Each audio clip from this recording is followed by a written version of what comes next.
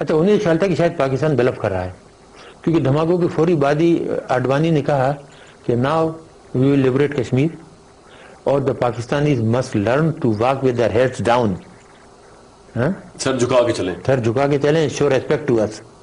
تو اس کا جواب پھر ہم نے دیا. کس طرح؟ ہم نے بھی دھماکے کیے پھر. یہ نواز شریف صاحب کا اپنا ڈیسیژن تھا؟ نہیں اس نہیں، میں آپ کا کس حد تک رول تھا، آرمی کا کس حد تک رول تھا؟ دیکھیے کیبنٹ یہ ایک تھی defence committee, national security council, نہیں defence committee of the cabinet وہ کی ڈی سی سی. اس میں میٹنگ میں نواز شریف صاحب تھے اور کیا نام ہے 3 سروسز چیف تھے، جہانگیر کرامت تھے، فصیح اقبال تھے، اور وہ تھے کیا نام ہے مہندی، پرویز مہندی. گوہر ایوب صاحب نہیں تھے وزیر خارجہ جو تھے؟ وہ وزیر خارجہ گوہر ایوب تھے، سعید مہندی تھے، اور کیا نام ہے اس کا چودھری شجاعت تھے، اور سیکریٹری جو تھے یہ شمشاد تھے، اور سیکریٹری کیبنٹ ڈویژن تھے قاضی صاحب A.W. قاضی، اور آپ بھی تھے؟ اور میں تھا. بس یہ میٹنگ کب ہوئی؟ مئی کی؟ یہ 13 تاریخ کو اور 15 تاریخ 2 اس میں کیا ڈیسیژن لیا گیا؟ ڈیسیژن لیا گیا پہلے 13 تاریخ کو ہم نے کہا کہ ہم اس کا جواب دے سکتے ہیں. ان کا کیا جواب دے سکتے ہیں؟ ان کو بالکل جواب دے سکتے ہیں.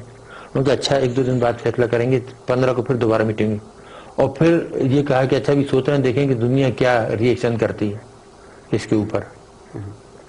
اور امریکہ کا انارمس پریشر تھا. ہاں امریکہ کا. گوہر ایوب صاحب نے اپنی کتاب میں لکھا ہے کہ نواز شریف صاحب جو تھے وہ انڈیا کے امریکہ کے پریشر تلے بہت زیادہ تھے، لیکن گوہر ایوب صاحب اور دوسرے لوگوں نے ان کو جو ہے کہا کہ نہیں آپ کو کرنا چاہیے. تو تب وہ وعدہ ہوا. وہ تو اگر آپ احسن ظفر صاحب سے پوچھیں گے کہ کس نے کیا کہا اور کس کے کہنے پر وہ مانے. کس کے کہنے پر؟ وہ میں نے خط لکھا تھا ان کو 20 تاریخ کو، 20 مئی کو نواز شریف صاحب کو.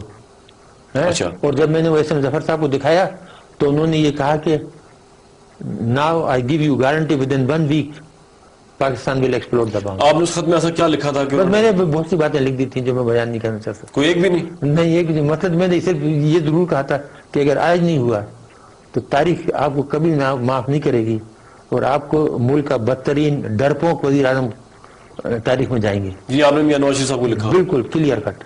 تو اس کے بعد یہ ریئیکشن ہوا؟ یہ ریئیکشن. میاں نواز شریف صاحب کیوں ڈر رہے تھے 20 تاریخ تک؟ وہ یہ تھا کہ سینکشنز وغیرہ. دیکھیے ان کو ڈرانے والے، جب کوئی ڈرانے والا ہو نا، اگر آپ 10 بہادر بیٹھے اور ایک ڈرانے والا آپ کو ڈرا دے کہ جی آپ یہاں سے چھلانگ لگائیں گے تو گڑھے میں گر جائیں گے، سڑک کی دوسری طرف نہیں جا سکتے، تو پھر آپ کے دل میں وہ ڈر آ جاتا ہے. ان کو یہ ڈرا دیا تھا کہ جی ایڈ بند ہو جائے گی، ہمارا برا رہ جائے گا. اس میں سرتاج عزیز صاحب کا بڑا رول تھا ڈرانے میں. ہاں کیونکہ وہ فائنانس منسٹر تھے نا. اچھا سینکشنز کے حوالے سے بات کریں تو آرمی کے 3 چیفز کیا کہہ رہے تھے اس وقت؟ وہ تھوڑے نیوٹرل تھے. اچھا نہ وہ کہہ رہے تھے کریں، نہ وہ کہہ رہے تھے نہ کریں. وہی سوچتے تھے کہ پولیٹیکل ڈیسیژن ہے، دے شوڈ ڈیسائیڈ. تو ڈاکٹر قدیر صاحب آج بھی آپ یہ کہہ رہے ہیں کہ اگر آپ وہ خط نہ لکھتے تو شاید 28 تاریخ کو پاکستان نیوکل پاور نہ بنتا. مجھے نہیں پتا، ممکن ہے پرائم منسٹر کر لیتے، لیکن میرا اپنا خیال ہے اور غالباً یہ خام خیالی نہیں ہے کہ اس خط نے بہت بڑا رول پلے کیا تھا. اگر نواز شریف صاحب پرائم منسٹر بن گئے تو شاید وہ آپ کو پاکستان کا نیکسٹ پریزیڈنٹ بنا دیں. Would you accept? میں نہیں سمجھتا مجھے بنائیں گے. اگر بنائیں گے وڈ یو ایکسیپٹ؟ میں کہوں گا مجھے پتا نہیں بنائیں گے. کیوں؟